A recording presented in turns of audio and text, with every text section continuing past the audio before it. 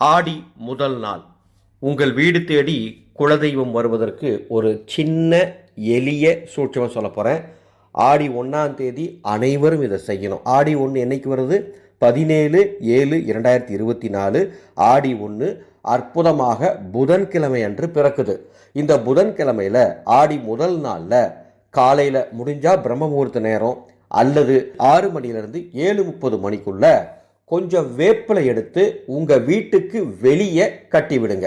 அது எந்த இடத்துலனாலும் சரி, உங்கள் வீட்டுக்கு வெளியே ஏதாவது ஒரு இடத்துல வேப்பிலை ஒரு கொத்து அதுக்கு முந்தின நாளே சேகரித்து வச்சுக்கோங்க.